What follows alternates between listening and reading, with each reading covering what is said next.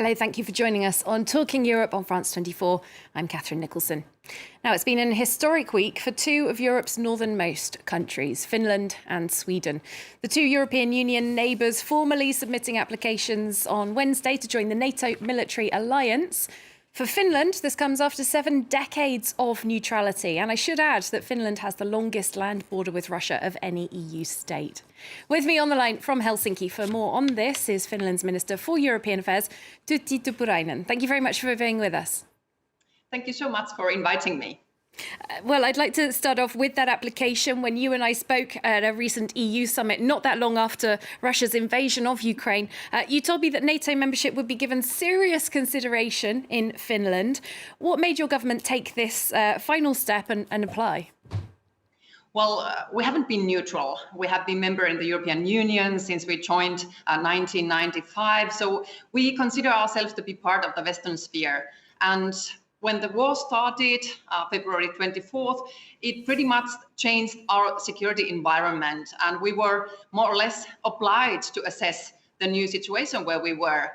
The government started the preparation of a special report to the parliament, and the parliament discussed that report in every of its committees. And finally, the process led to a vote in the parliament. And this was accompanied by a strong public opinion in favor of our membership in NATO. Actually, already 2 weeks after the war started, the first polls indicated that there was a majority of our people wanting us to join NATO. And then we got a very strong mandate from our parliament. It was 188 votes in favor and only 8 against. So the message is clear: Finland wants to be member in NATO. It is a clear message. I'm just wondering, do you see a clear or a specific risk of an attack on Finland? Well, we are prepared for all kind of ill will and all kind of malevolence from the Russian side.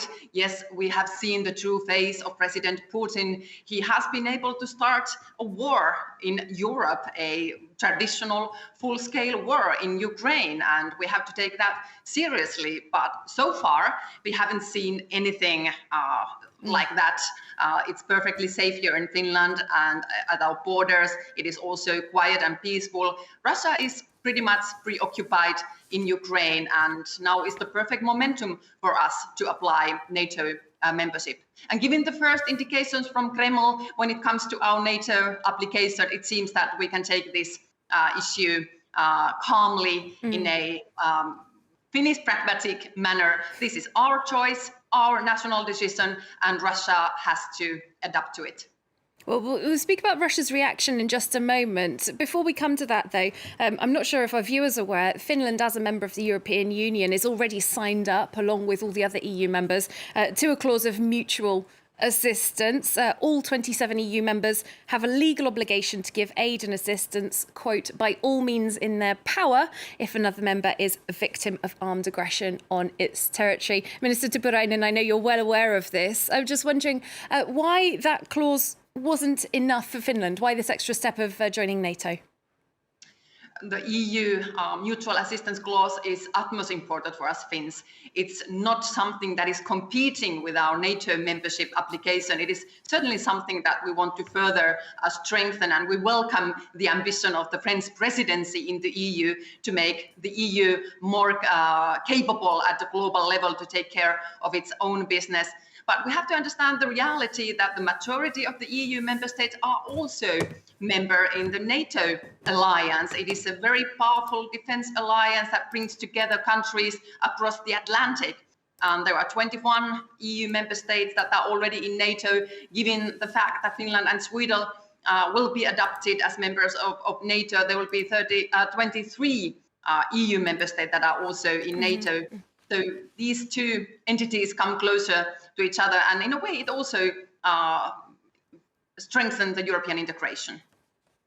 Let's speak, as I said, about how Russia's been reacting. There have been somewhat mixed messages, I think, from the Kremlin to Finland and Sweden's applications. First we had Moscow warning that there would be consequences for the two countries. Then a couple of days ago, the foreign minister of Russia, Sergei Lavrov, seemed to brush it all off. He said it wouldn't make much difference. Just as we're recording this, we've got the defense minister, Shoigu, in Russia, saying that military threats near Russia's borders are on the rise, and he named Finland's application as one of those threats. What do you read into this mixed messaging from Moscow? First, I need to state very clearly that it's not for Russia to dictate sovereign countries' choices. We can and we will make our national decisions, and it is an issue between NATO and the country that is applying for membership, whether a country becomes member of NATO alliance. So Russia has no say to this issue. It's very important. And we've heard it repeatedly that Russia is not in favor of NATO enlargement. And we have been preparing for all kind of nasty measures from the Russian side when it comes to this gray area, gray period before we become an actual member. But having heard the latest messages from Kremlin, it is also somewhat a relief that Russia simply states the obvious. Finland and also Sweden, we've had a very close partnership with NATO. We have a tailor-made enhanced opportunities partnership with NATO. So perhaps from the Russian perspective, we are already an allied country. So it's not that much a difference. But we will keep an eye on the issue because it is about security. And should there be a new iron curtain between Finland and Russia, it is not because of us. We are not threatening Russia, and NATO is a defense alliance. It is not attacking anyone. This is because Russia has ripped itself off the security order of Europe. It is Russia that is distancing itself from the current security order. The security order has changed, and this is the new reality where we are. We monitor the situation very carefully because, of course, this is about the security of Finland and the security of our citizens. Indeed. Well, you mentioned the potential vulnerability of Finland during this time between applying for membership and actually getting that membership. It's not an immediate process, as we know.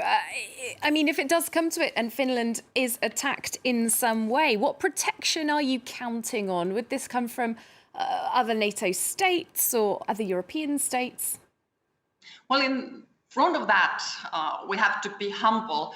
We don't have the Article 5 security guarantees yet.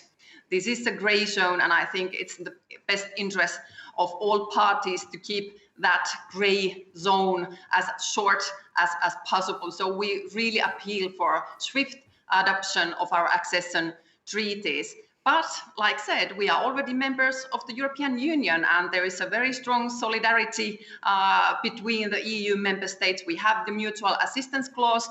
It can be very important when it comes to all kind of possibilities down the road. And also we've got a lot of indications of support from our partners like the United States. We are very grateful for that. And also United Kingdom has indicated that it will come to help us should something unexpected happen. And there are lots of indications of solidarity, and that, of course, we welcome wholeheartedly.